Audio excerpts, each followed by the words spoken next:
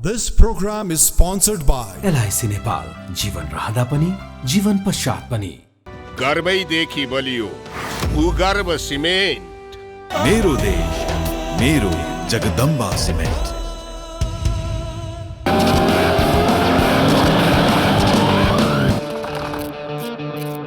स्वाद जस्तो अनार प्रिमियम राइस। परम्परा, संस्कृति र मजबुती तिनको शक्ति त्रिशक्ति सिमेन्ट। गुणस्तरीय प्लम्बिङको भरपर्दो नाम मार्बल। नेपाल टेलिकमको 4G नै पर्फेक्ट छ। नेपाल टेलिकम, राष्ट्रको सञ्चार।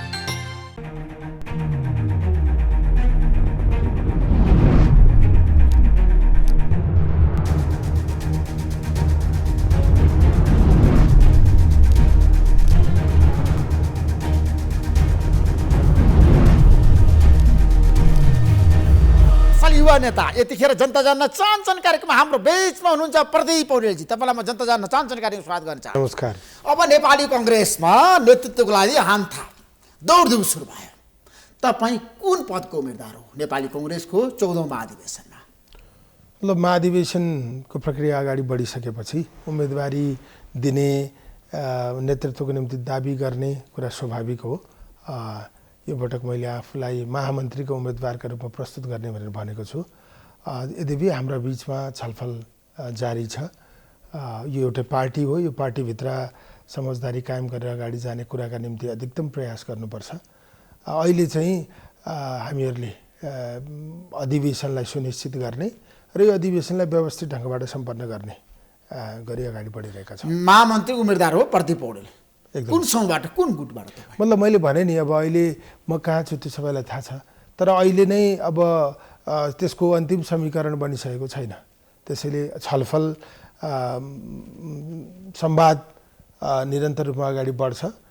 त्यसले त्यो अन्तिम अवस्थामा टुङ्गो लाग्ने कुरा हो। अहिले मैले आफ्नो उम्मेदवारी मात्र प्रस्तुत गरेँ। होइन, तपाईँले उम्मेदवारी प्रस्तुत गर्नुभयो, कृष्णप्रसाद सेटौलाको समूह हुनुहुन्छ तपाईँ। एकदम त्यो समूह छोड्नु भएको छैन। गगन थापाले छोड्नुभयो, तपाईँले किन नछोडेको? गगन थापाले पनि छोडे भनेर भन्नुभएको छ। मैले भनिसक्नु भएको छ म त्यही समूहमा छु। रामचन्द्र पौडेल समूह गइसक्नु भएको छ।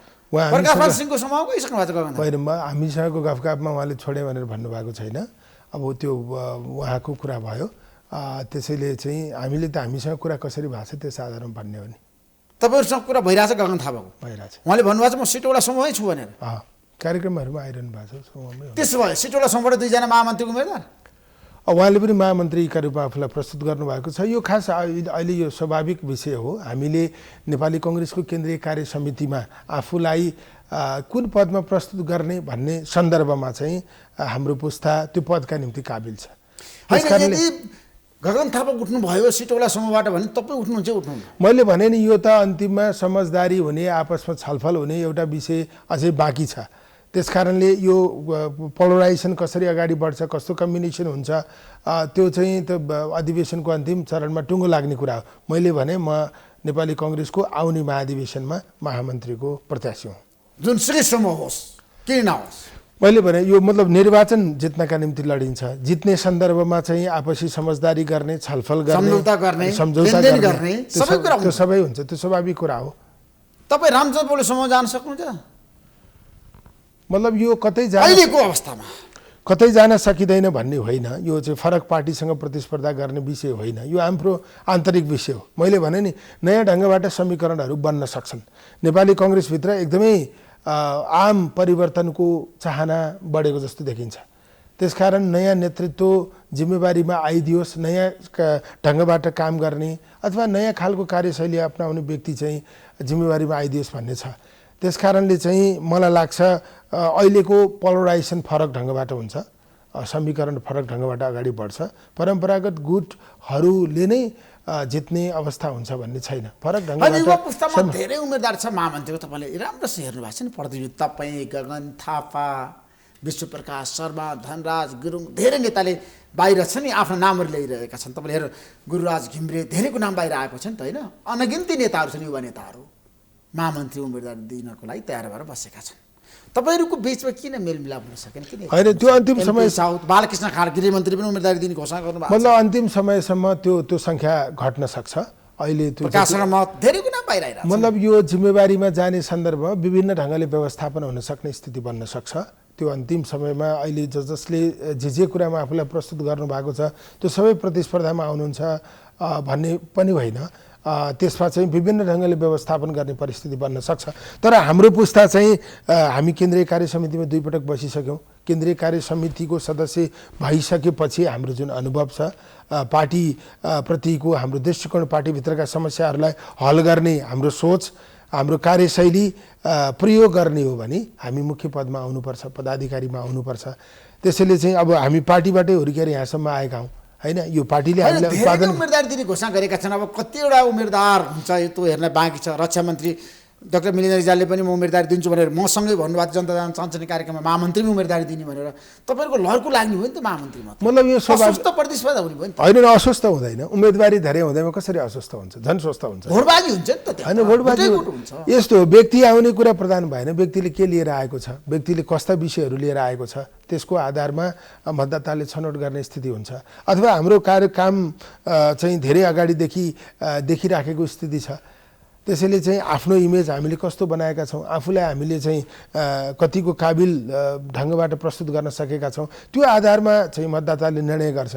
त्यसैले धेरै उम्मेदवार हुँदा अव्यवस्थित हुन्छ, अस्वस्थ हुन्छ भन्ने होइन। जति धेरै उम्मेदवार भयो त्यति धेरै चाहिँ प्रतिस्पर्धा हुन्छ, त्यति धेरै विषयहरू आउन सक्छन्, त्यति धेरै छनौट चाहिँ हुन सक्छ। त्यसो तपाईँलाई फाइदा हुन्छ धेरै उम्मेदवार हुँदाखेरि, युवाहरू प्रतिस्पर्धा आउँदाखेरि? फाइदा हामीलाई भन्दा नि मतदातालाई हुन्छ, बढी छनौट हुन्छ। मिल्नुपर्ने होइन र युवा पुस्ता? अनि मैले भने अहिले नै सबैको बिचमा एउटा साझा सहमति भएर उम्मेदवारी दिएको भए त राम्रो हुन्छ। होइन अहिले नै अहिले नै नमिल्ने भन्ने कुरा भइसकेको होइन। अब मैले भने छलफल भइरहेछ। छलफल भइरहेछ।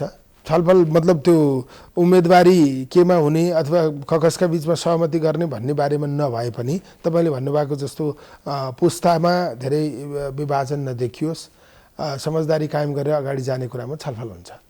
त्यसो भए तपाईँ र गगन थापाको बीचमा सहमति भएर तपाईँ उम्मेदवार बन्ने कि गगन थापा? महामन्त्री पद एउटा मात्रै हो र दुवैजना उम्मेदवार पनि बन्न मिल्छ नि। गगन थापा र प्रदीप पौडेल दुवैजना उम्मेदवार बन्न सक्नुहुन्छ यसपटक? बन्न मिल्छ। तपाईँको बिचमा सहमति हुन्छ दुवैजना बन्नको लागि? बन्न मिल्छ, अरू पनि बन्न मिल्छ होइन। तर चाहिँ पदै 2टा छ, त्यसैले चाहिँ उम्मेदवार 2टा त न्यूनतम हुन्छ होइन। अब कतिजना हुनुहुन्छ त अहिले भन्न सकिँदैन। त्यसो भए सभापतिको उम्मेदवार कतिजना होला त्यो पनि अहिले कसरी भन्ने? तपाईँ भन्नुहोस्। तपाईँ त छलफल हुनुहुन्छ नि, तपाईँलाई थाहा होला। होइन अहिले त्यसरी उम्मेदवार को हुने भन्ने बारेको छलफलमा म छैन। म चाहिँ क्रियाशील सदस्यता टुङ्ग्याउने विषयमा लामो समयसम्म मैले काम गरेँ। अरू साथीहरूले त्यो त समाधान भयो होइन? मतलब समाधान भएर सबै वडाहरूमा अधिवेशन रौतडको पनि समाधान भयो प्रक्रिया। रौतडमा पनि नीतिगत निर्णय भइसकेको हो, त्यसलाई कार्यान्वयन गर्ने सन्दर्भमा त्रुटि भएको हो, त्यसलाई सच्याउनुपर्छ। रौतडमा पनि विवाद समाधान हुन्छ, नीतिगत निर्णय त्यसमा भइसक्यो। अनि डडेलधुराको समस्या समाधान हुन्छ? मतलब त्यो विषयमा पनि अब त्यहाँ चाहिँ मतलब यो हाम्रो पार्टीको आन्तरिक विषय हो। कमी कमजोरी कहाँ भएको छ त्यसलाई सच्याएर अगाडि जानु पर्यो नि। नेतृत्वले पनि त्यसलाई सच्याउने गरी नेतृत्व सच्याउन तयारै छैन। शेरबहादेवले भन्नुभएको छ, म किन पछि? मतलब यो हाम्रो पार्टीभित्रको आन्तरिक विषय हो। विधि अनुसार चाहिँ निर्णयहरू भएको छैन, त्यसलाई कार्यान्वयन गरिएको छैन, काहीँ त्रुटि भएको छ भने त्यसलाई सच्याउन तयार हुनुपर्छ। अब पार्टी सभापतिमा शेरबहादुर निर्विकल्प हो काङ्ग्रेसमा? त्यस्तो निर्विकल्प हो भनेर कसले भनेको छ? तपाईँहरूको चाहना त्यही हो? यत्रो धेरैले प्रतिस्पर्धा गर्ने कुरा तपाईँले सुनिरहनु भएको छ। कतिजना उम्मेदवार हुनुहुन्छ भनेर तपाईँ प्रश्न गरिरहनु भएको छ, कसरी निर्विकल्प हुन्छ? त्यसैले नेपाली कङ्ग्रेसको महाधिवेशनमा मलाई लाग्छ आधा दर्जन सभापतिको उम्मेदवार हुनुहुन्छ। आधा दर्जन सभापतिको उम्मेदवार हुन्छ? हाराहारी आधा दर्जन हुन सक्छ। तर तपाईँहरू भनिरहनु भएको छ त रामचन्द्र पौडेलसँगबाट एकजना मात्रै सभापतिको उम्मेदवार बनाउँछु शेरबहादेव भर्सेस भनेर तपाईँहरू किन भनिरहनु भएको छ? होइन मतलब मैले भने नि चुनावमा लड्ने भएपछि जित्ने कोसिस जसले पनि गर्छ, त्यो जित्ने कोसिस अन्तर्गत चाहिँ एकीकृत ढङ्गबाट नेतृत्व गर्न खोज्ने अथवा त्यो टिमलाई सङ्गठित गर्ने होइन, बलियो जो छ त्योसँग आफू झन् बलियो भएर चाहिँ प्रस्तुत हुने, त्यो कुरा स्वाभाविक हो। त्यसको निम्ति प्रयत्न भइरहेको छ, प्रयत्न भइरहेछ। एकदम प्रयत्न आफ्नो ढङ्गले भइरहेको, आफ्नो ढङ्गले भइरहेछ। सभापतिको उम्मेदवार शेरबहादेव मतलब मैले भने नि आधा दर्जन जति हुनुहुन्छ रामचन्द्र पौडेल अहिले चर्चामा, कृष्णप्रसाद सिटौला, शेखर कोइराला, शशाङ्क कोइराला, प्रकाशमान सिंह, सुजाता कोइराला पनि हो।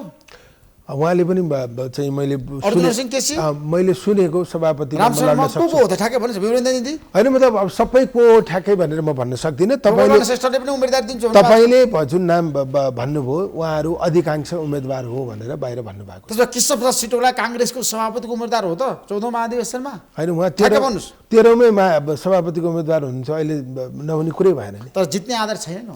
होइन, मतलब यो यस्तो छ, यति धेरै गुड छ बलियो, यति धेरै उम्मेदवार हुँदै गर्दा कसले जित्छ भन्ने होइन। हाम्रो आफ्नै विधि छ, 51% ल्याउनु पर्ने हुन्छ। कोही पहिलो चरणमा दोस्रो भएर गएर फेरि दोस्रो चरणमा जित्ने सम्भावना हुन्छ। त्यसैले हाम्रो विधिभित्र सभापति हुने सन्दर्भमा चाहिँ अलि राम्ररी खरिएर नै प्रतिस्पर्धामा उत्रिनु पर्ने हुन्छ। त्यसैले चाहिँ उम्मेदवार धेरै भएपछि कसले जित्छ भनेर भन्न सक्ने स्थिति छैन। कसले जित्छ भन्ने अवस्था छैन काङ्ग्रेसमा यसपल्ट। तर नीतिको बहस भएन है काङ्ग्रेसमा यसपल्ट। मतलब नेपालको राजनीतिमा नीतिगत पक्ष असाध्यै धेरै स्खलित भएर गयो, कमजोर भएर गयो। त यो कुरामा एकदम धेरै सहमत छु। व्यक्ति आफूले उम्मेदवारी प्रस्तुत गर्ने, तर उम्मेदवार किन भएको, सभापति भइसकेपछि अथवा आफूले भनेको पदमा जितिसकेपछि उसले गर्ने के हो, कार्यक्रम योजना विचार त्यसको बारेमा चाहिँ एकदम निरपेक्षता देखियो। त्यसैले उम्मेदवार जो कोही जुनसुकै पदका निम्ति पनि योजना र कार्यक्रमसहित आउनुपर्छ। त्यो चाहिँ विचारसँग सम्बन्ध नभएको, सामिप्यता नभएको जस्तो देखियो। त्यसैले यो छोडिसक्यो सबैले। अब त नेतृत्व कसरी पुग्ने, कसरी सभापति बन्ने, उपसभापति बन्ने, महामन्त्री बन्ने सबैको सोच यतातिर गइसक्यो नि प्रदीपजी। मतलब राजनीति ट्रेन बस्यो नि काङ्ग्रेस, मतलब गुट बनाउने, व्यक्तिलाई चाहिँ केन्द्रमा राखेर गुट बनाउने अनि त्यही गुटका आधारमा चाहिँ प्रतिस्पर्धा गर्ने, यो खालको पद्धति अभ्यास हाम्रो भएको छ। गुट पनि विचारगत अथवा कार्यक्रमको आधारमा होइन, जसको नीति त्यसको नेतृत्व भन्ने कुरा यहाँ कार्यान्वयन भइरहेको छैन। जसको गुट बलियो छ, जसले धेरै मान्छेलाई चाहिँ आफ्नो गुटमा आबद्ध गर्न सक्छ, त्यो गुटको सदस्यता पनि स्थायी जस्तै भएको छ। त्यसैले त्यो ढङ्गले अगाडि बढिरहँदा चाहिँ विचारको पक्ष चाहिँ कमजोर भएको स्थिति हो। यसलाई चाहिँ हामीले सुधार्न जरुरी छ। यो मुख्य चुनौती हो। तपाईँहरूले अब महाधिवेशन गर्दाखेरि विचारलाई परित्याग गर्नुभयो यसबाट, नीतिको बारे छलफलै नगर्नु। मतलब छलफलै छैन भन्ने चाहिँ होइन, जति हुनुपर्ने हो त्यो हुन सकेको छैन। अब यसको परिस्थितिलाई छुट्टै महाधिवेशन गर्ने भनेर यो नेताहरूले भनिसके त होइन र? मतलब नीति महाधिवेशन छुट्टै हुनुपर्छ, विधान महाधिवेशन छुट्टै हुनुपर्छ, यो कुराको चर्चा अहिले पहिलेदेखि हाम्रो भित्र भएको छ। अब कस्तो नि नेतृत्वसहित नीतिको कुरा गर्दा चाहिँ नीति ओझेलमा पर्यो, कुर्सीमा जाने विषय कुरा मात्रै प्रधान भयो। अब यदि पदसँग जोडेर नीतिका बारेमा छलफल गरिएन भने त्यो महत्त्वै राख्दैन। फेरि कुनै पनि पदसँग अधिवेशनमा नेतृत्व चयन गर्ने कुरासँग नीति जोडिएन भने त्यसको कुनै अर्थै हुँदैन, त्यसको चाहिँ धेरै महत्त्व नै हुँदैन, त्यसलाई कसैले वास्तै गर्दैन। त्यसैले मुख्य कुरा कुनै पदमा कोही व्यक्ति जान्छ भने त्यो जाने व्यक्तिले आफ्नो नीति त प्रस्तुत गर्न सक्नु पर्यो नि। नेतृत्व चयन गरिसकेपछि नीतिका बारेमा छलफल गरेर के अर्थ हुन्छ? नेतृत्व चयन गर्ने बेलामै मतदाताले कसको नीति अथवा विचार कार्यक्रम राम्रो छ त्यसको आधारमा छनौट गर्न पाउनु पर्यो नि। नेपाली काङ्ग्रेसको कुरा गर्दै तपाईँलाई थाहा, बिपी कोइरालाको नीति अनुसार काङ्ग्रेस अहिले अगाडि बढेको छैन। बिपी कोइरालाको समयमा काङ्ग्रेस काङ्ग्रेस विचलित छ, जति वैचारिक छ, त्यो कुरा तपाईँ स्वीकार्नुहुन्छ नि? आज बिपी कोइरालाको समयमा काङ्ग्रेस जति वैचारिक रूपमा धारिलो थियो, प्रष्ट थियो, जति मौलिक विचारहरूमा नेपाली काङ्ग्रेस आधारित थियो, त्यस्तो अवस्था त्यही तहको स्थिति अहिले छैन। त्यसमा काङ्ग्रेसले अब नीतिहरू सबै छोड्यो। तपाईँहरू नेतृत्वलाई होडबाजी गरिरहनु भएको छ, द्वन्द्व विवाद छ, त्यो कुरा बताउनुहोस् न। काङ्ग्रेसको नीति के छ आज? होइन, छोड्यो भनेर बिपी कोइरालाले जे समात्नु भएको थियो त्यही समात्नुपर्छ भन्ने पनि होइन। समय फेरिएको छ, समाज फेरिएको छ, आवश्यकता र चाहनाहरू फेरिएका छन्। त्यसैले त्यसलाई परिमार्जन गर्न जरुरी छ। हामी लोकतान्त्रिक समाजवाद स्वीकार्छौँ। बिपी कोइरालाको सैद्धान्तिक जग त्यो हो। त्यो जगमा उभिएर हामीले त्यसका कन्टेन्टहरू समय सापेक्ष बनाउन जरुरी छ। अहिलेको समाज 15 सालको जस्तो समाज होइन, तर अहिले जस्तो समाज छ त्यो समाजलाई हामीले कसरी बुझ्दछौँ, त्यसका समस्याहरू के हुन्, त्यसलाई हामीले कसरी समाधान गर्न चाहेको भन्ने कुरा चाहिँ हाम्रो प्रष्ट ढङ्गबाट आउन जरुरी छ। बिपी कोइराला जति प्रष्ट हुनुहुन्थ्यो त्यति प्रष्ट अहिले हामी हुन सकिरहेका छैनौँ। त्यो हाम्रो मुख्य चुनौती हो, कमजोरी हो। त्यसलाई हामीले स्वीकार गरेर सुधार्नतिर लाग्नुपर्छ। अहिलेको पार्टी सभापति शेरबहादुर देउवासँग भिजन छ है? मतलब बिपी कोइराला जस्तै वैचारिक रूपमा त्यो उचाइ बोकेको नेता नेपाली राजनीतिमा प्राप्त गर्न गाह्रो छ। त्यो समाजमा काङ्ग्रेसमा छैन। बिपी कोइरालाको दाँजोमा पुग्न सक्ने नेता जन्मिया छैन अहिले। मतलब नेपाली राजनीतिमै देखिएको छैन। हामीले चाहिँ त्यो समाजलाई उहाँले राम्ररी बुझेर त्यसअनुसार पार्टीको एजेन्डा उहाँले बनाउनु भएको। त्यसो विचारविहीन र नेतृत्वविहीन भयो कङ्ग्रेस पनि। विहीन भनेर भन्न मिल्दैन, तर जुन योग्य र सक्षम नेतृत्व छैन कङ्ग्रेस। मतलब जुन ढङ्गले विचारहरूका बारेमा बहस गर्नु पर्थ्यो, नेतृत्वले वैचारिक पक्षलाई जसरी आत्मसात गर्नु पर्थ्यो, अधिवेशनहरूमा जुन ढङ्गबाट विचारगत पक्षबाट जोडिएर नेतृत्वको दाबी गर्ने स्थिति हुनु पर्थ्यो, त्यस्तो चाहिँ भएको छैन। त्यो टल पर्सनालिटी क्या, एकदम वाह भन्ने क्या, त्यो नेता किन जन्मेन कङ्ग्रेसमा? जनताले मन परायो क्या, सर्वस्वीकार्य। मतलब नेपाली कङ्ग्रेस पार्टी मौलिकतामा आधारित पार्टी हो। यसले विचारहरू उत्पादन गर्न सकेन भने यो पार्टीले सर्भाइभ गर्न सक्दैन, किनकि हामी आयातित विचारलाई आफ्नो विचार बनाएर चाहिँ राजनीति गर्ने गर्ने पार्टी नेपाली कङ्ग्रेस होइन। हाम्रो दार्शनिकीले एकदमै स्वतन्त्र ढङ्गबाट नयाँ विचारहरू, परिवर्तनलाई आत्मसात गरी अगाडि बढ्नुपर्छ भन्ने विषयलाई प्रष्ट ढङ्गले उल्लेख गरेको छ। त्यसकारण हाम्रो दार्शनिकी जे हो, हाम्रा मान्यताहरू जे हुन्, त्यो आधारमा हामीले आफूलाई अगाडि बढाउन सकिरहेका छैनौँ। मैले अघि नै पनि भने यो हाम्रो कमजोरी हो, चुनौती हो, यसलाई हामीले सुधार गर्न होइन। मास बेस पार्टी हो नि त नेपाली कङ्ग्रेस भनेको, हो नि? एकदम क्याडर बेस पार्टी त होइन एमाले जस्तो। क्याडर बेस यो कम्युनिस्ट पार्टी होइन। कम्युनिस्ट पार्टी होइन। कम्युनिस्ट पार्टी बनाउने तपाईँहरूको चाहना पनि छैन। हामी अझ बढी यसलाई खुला बनाउन चाहन्छौँ। तर तपाईँहरूसँग छ नि प्रजातान्त्रिक संस्कार छैन नि, सोच चिन्तन छैन नि। होइन त्यसो भन्नु मिल्दैन। निरङ्कुश शैली छैन तपाईँको। नेपालको मान्छेहरूको हेर्नु त, नेपालको राजनीतिमा बहुल सोच चिन्तन हेर्नुहोस् न। नेपालको लिएर जाने क्या। नेपालको राजनीतिमा बहुलवादलाई बहसमा ल्याउने पार्टी नै काङ्ग्रेस हो। नेपालको राजनीतिमा लोकतन्त्रका बारेमा एकदमै ज्यादा चाहिँ कमिटमेन्ट भएको पार्टी नेपाली कङ्ग्रेस हो। नेपालको चाहिँ सुधारवादी आन्दोलन अथवा लोकतान्त्रिक आन्दोलनको सधैँभरि नेतृत्व गरेको पार्टी काङ्ग्रेस हो। त्यसैले यहाँ अतिवाद छैन। हामी त्यस्तो धेरै रिजिड ढङ्गबाट प्रश्न तर पार्टी आन्तरिक रूपमा सञ्चालन गर्ने क्रम, आन्तरिक रूपमा लोकतन्त्र छ, प्रजातन्त्र छ, नेपाली त्यसमा प्रशस्त कमजोरीहरू देखिएको छ। त्यसलाई सुधार्न अहिलेको नेतृत्व तयार छ। सुधार्न सक्षम हुनुहुन्छ? सुधार्न सक्नुपर्छ। सुधारिएन भने हामीलाई यस्तै प्रश्नहरू तेर्सिरहन्छन्। युवा पुस्ता पनि असक्षम भयो नि त। त्यसैले यस्ता प्रश्नहरू नतेर्सिने अथवा यस्ता प्रश्नहरू नआउने स्थिति निर्माण गर्नका निम्ति हामीले आन्तरिक लोकतन्त्रलाई सुदृढ गर्न जरुरी छ। विधि विधान अनुसार पार्टी चल्न जरुरी छ। वैधानिक जे व्यवस्था हो त्यसलाई कडाइका साथ लागू गर्न जरुरी छ र हामी भित्र प्रतिस्पर्धात्मक पद्धतिलाई स्वस्थ ढङ्गबाट सोच चिन्तन छ र प्रतिस्पर्धा गर्न कङ्ग्रेस चाहन्छ आज? मतलब चाहदैन भन्ने होइन, यता कता त्यस्ता त्रुटिहरू कमजोरीहरू धेरै छन् नेपाली कङ्ग्रेसको, कमजोरीहरू देखिएको छ। सुधार्नुपर्छ, जनतालाई भन्न सक्नुपर्छ। मतलब त्यो हाम्रो पार्टीभित्रै त्यसका बारेमा व्यापक बहस भइरहेको छ। नेतृत्वको पनि आलोचना हुन्छ त्यो कुरासँग जोडेर। हामीले सुधार गर्नुपर्ने विषय सरकारमा गइसकेपछि तपाईँहरू सबै कुरा बिर्सिनुहुन्छ क्या? होइन, सरकारमा गएर हामीले त्यो कुरा बिर्सिएको छैन। तपाईँहरूलाई पैसा कमाउनु परेको छ, भ्रष्टाचार गर्नु परेको छ, होइन खुलेआम ढङ्गबाट भ्रष्टाचार गर्न परेको छ। कङ्ग्रेसका नेताहरूको शैलीको कुरा होइन, त्यस्तो नेपाली समग्र त्यो नेपाली राजनीतिमै भ्रष्टाचारको बिगबिगी देखिएको छ। यो कुराको एकदमै ज्यादा बाहिर आएको अवस्था छ। यो समग्रमा सुधार गर्न जरुरी छ। एउटा विषय भयो, कङ्ग्रेसले त्यसका बारेमा एउटा स्पष्ट दृष्टिकोण लिएर आउनुपर्छ। सुशासन कायम गर्नका निम्ति नेपाली कङ्ग्रेसको आफ्नो धारणा हुनुपर्छ। तर अब सरकारमा गएर भ्रष्टाचारमा लिप्त भयो भन्ने कुरा चाहिँ त्यो स्वाभाविक हुन सक्दैन। तर हामीले समग्र भ्रष्टाचारलाई अन्त्य गर्नका निम्ति हाम्रो प्रष्ट दृष्टिकोण हुनुपर्छ। कडाइका साथ चाहिँ हामी भ्रष्टाचार विरोधी अभियानमा लाग्नुपर्छ, नत्र भने हामीले यो समाजलाई समृद्ध बनाउन सक्दैनौँ। होइन, तपाईँहरू सरकारमा भएको बेला यसपल्ट कङ्ग्रेसको महाधिवेशन हुँदैछ, पैसाको एकदम छोलो हुनुभयो नि। अब मतलब यो तपाईँले अब समग्रतामा हेर्नुभयो भने हाम्रो निर्वाचन प्रणाली, हाम्रो पार्टी सञ्चालन विधि, हाम्रा अधिवेशनहरू पैसाले प्रभावित हुने स्थिति देखिएको छ। नेपाली कङ्ग्रेसमा मात्र होइन, सबै पार्टीमा त्यो स्थिति देखिएको छ। निष्ठा, आदर्श, मूल्य, मान्यता सबै चाहिँ एकदमै स्खलित भएको, कमजोर भएको स्थितिमा छ। त्यसैले यो जस्तै हामीले निर्वाचन कानुन कस्तो बनाएका छौँ, निर्वाचन निर्देशिकामा के व्यवस्था छ, तर त्यो त लागू त हुँदैन नि। एउटा सङ्घीय संसद चुनाव लडेको मान्छेले करोडौँ रुपियाँ खर्च गर्छ। नेपालको कानुनले, निर्वाचन निर्देशिकाले त्यो व्यवस्था गरेको छ त? राजनीतिक पार्टीभित्र आन्तरिक प्रतिस्पर्धामा पनि पैसाको प्रभाव र चलखेल व्यापक रूपमा देखियो। होइन, कङ्ग्रेसको आगामी महाधिवेशनमा पनि पैसाको चलखेल हुन्छ।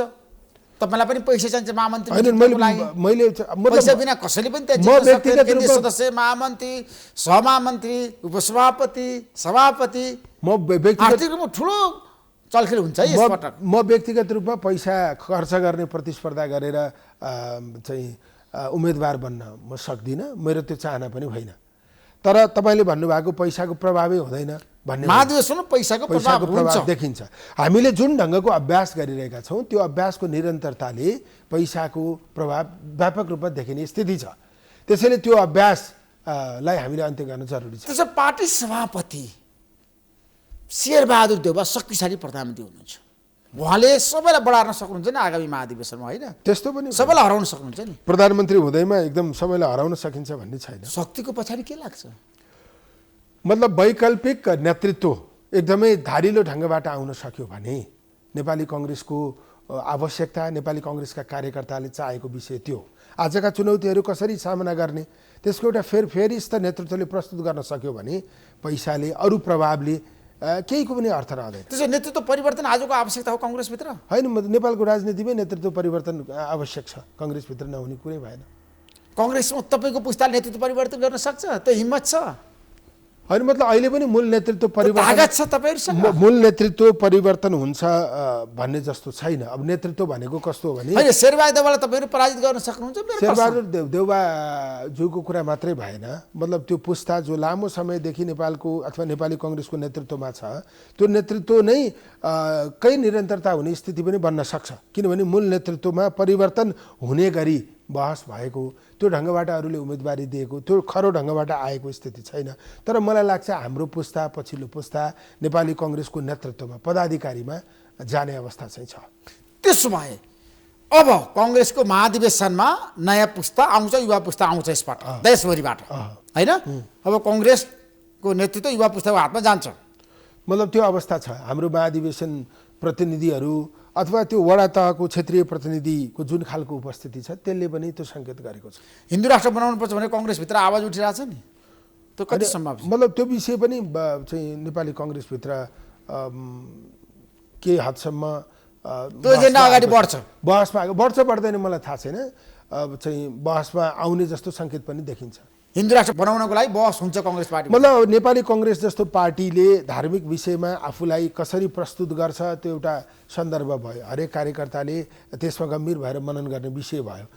तर चाहिँ नेपालको सांस्कृतिक जुन पहिचान हो त्यसलाई संरक्षण गर्ने सवालमा गम्भीर हुनुपर्छ भन्ने कुरा चाहिँ उठेको छ। कङ्ग्रेसको महाधिवेशनमा त तपाईँहरू यसपटक जसरी भए पनि नेतृत्वलाई विस्थापित गर्ने, शेरबहादुर देउवालाई हराउने रणनीति हुनुहुन्छ, साझा उम्मेदवार बनाउने कसरतमा लाग्नु भएको छ, ठ्याक्कै भन्नुहोस् है। मतलब यसमा चाहिँ कस्तो स्थिति छ भने अहिलेको नेतृत्व निरन्तर हुँदा चाहिँ असन्तुष्टिहरू ज्यादा देखिएको कुरा प्रश्न हो, होइन? नेपाली कङ्ग्रेसभित्र चाहिँ नयाँ खालको कार्यशैली खोजिएको स्थिति छ, होइन? नयाँ विचार, नयाँ ढङ्गबाट अगाडि जाने सन्दर्भ नेपाली कङ्ग्रेसमा हुनुपर्छ अथवा त्यो ढङ्गबाट बहस अगाडि बढ्नुपर्छ भन्ने कुरा चाहिँ आम कार्यकर्ताको त्यो अवस्था छ। अब महाधिवेशनले के गर्छ त्यो त एउटा विधिले निर्धारण गर्ने कुरा भयो। विधिले निर्धारण गर्ने कुरामा स्वच्छ प्रतिस्पर्धा हुनु पर्यो र मलाई लाग्छ अहिलेको सभापति हाम्रो आदरणीय शेरबहादुर देउवाज्यूसँग प्रतिस्पर्धा गर्नका निम्ति अरू चाहिँ सङ्गठित हुनुपर्ने स्थिति चाहिँ छ।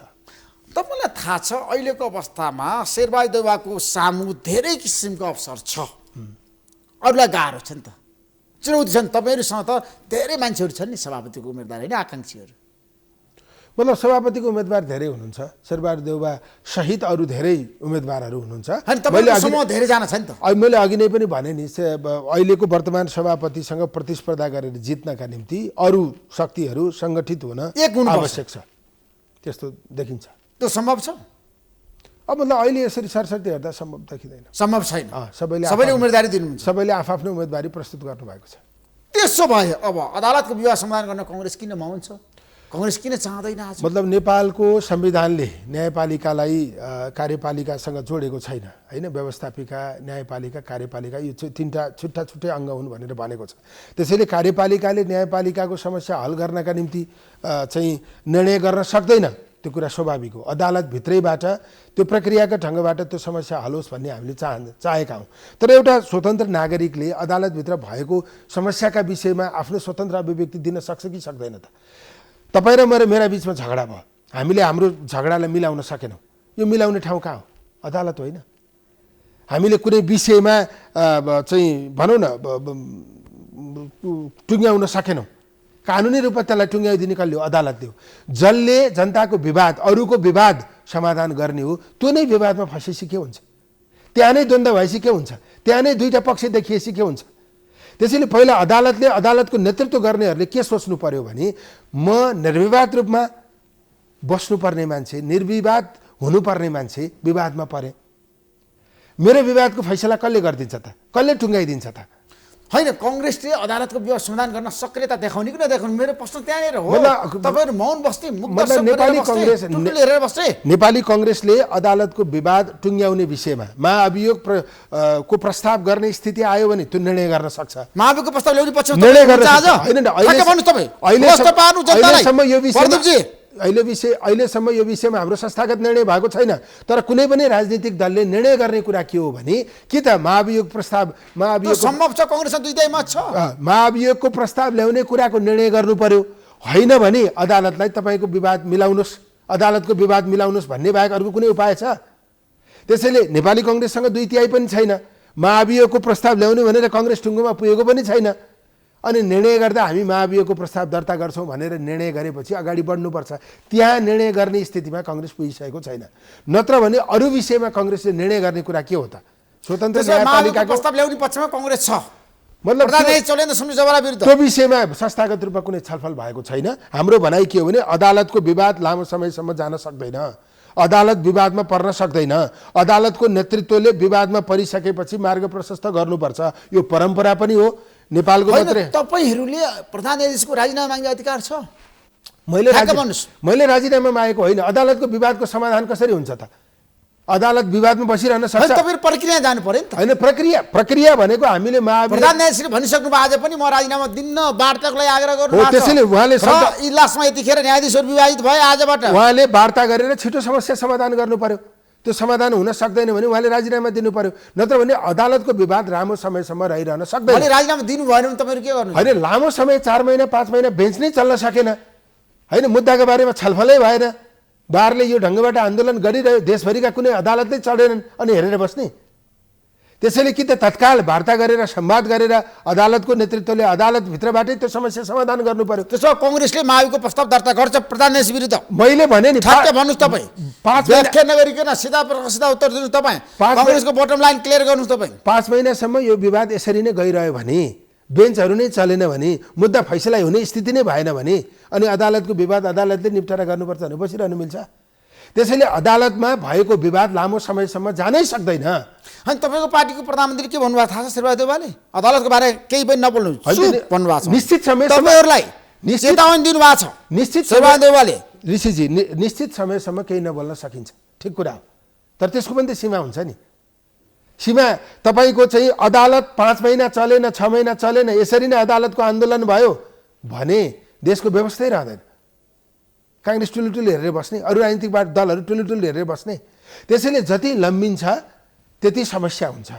अदालतले ठिक छ निश्चित समयसम्म त्यो विवाद समाधान भयो भने हामी नबोल्ने, तर एकदमै लामो समयसम्म त्यो विवाद गइरह्यो भने चल्छ त देश?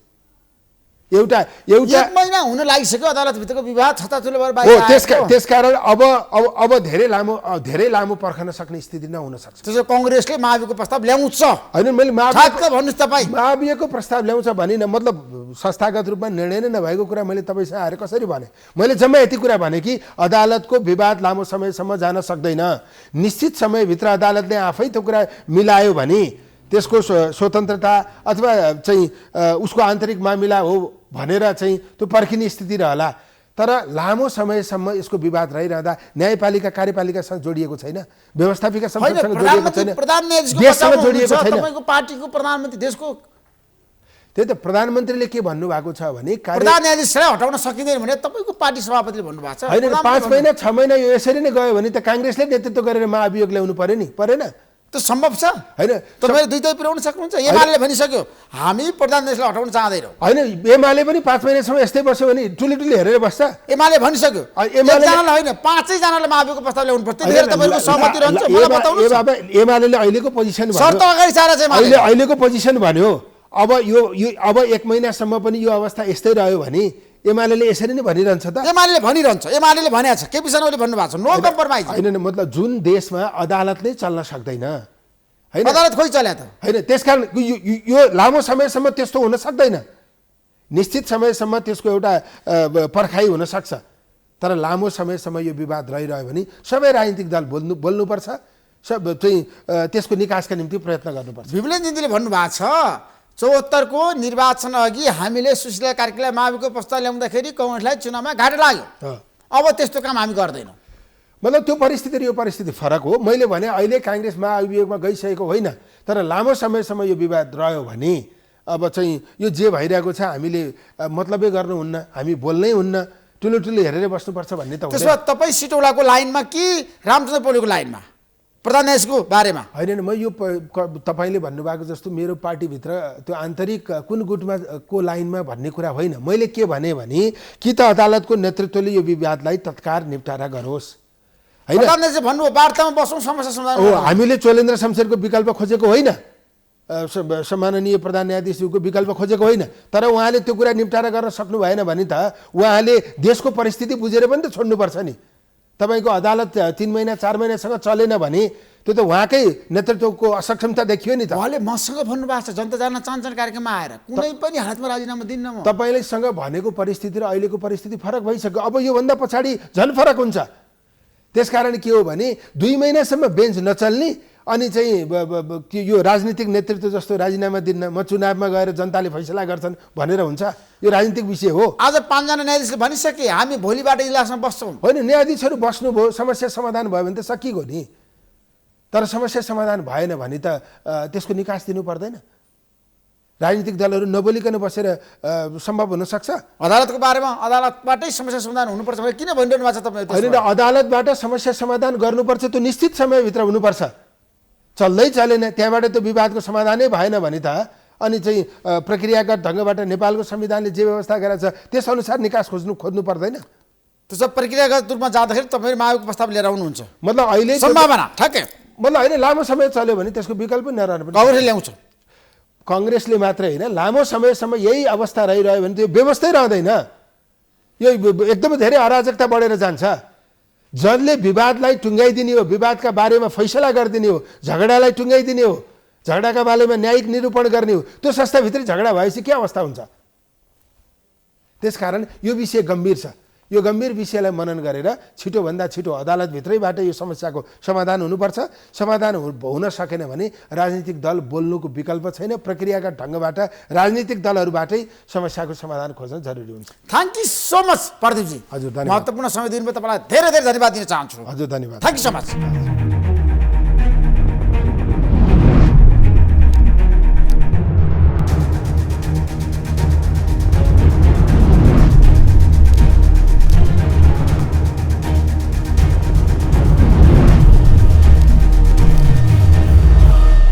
This program is sponsored by LIC Nepal, जीवन रहँदा पनि जीवन पश्चात पनि। गर्वैदेखि बलियो भूगर्भ सिमेन्ट।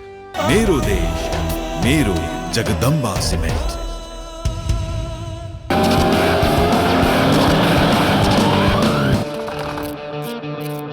स्वाद जस्तो अनार प्रिमियम राइस। परम्परा, संस्कृति र मजबुती तिनको शक्ति त्रिशक्ति सिमेन्ट। गुणस्तरीय प्लम्बिङको भरपर्दो नाम मार्बल। नेपाल टेलिकमको 4G नै पर्फेक्ट छ। नेपाल टेलिकम, राष्ट्रको सञ्चार।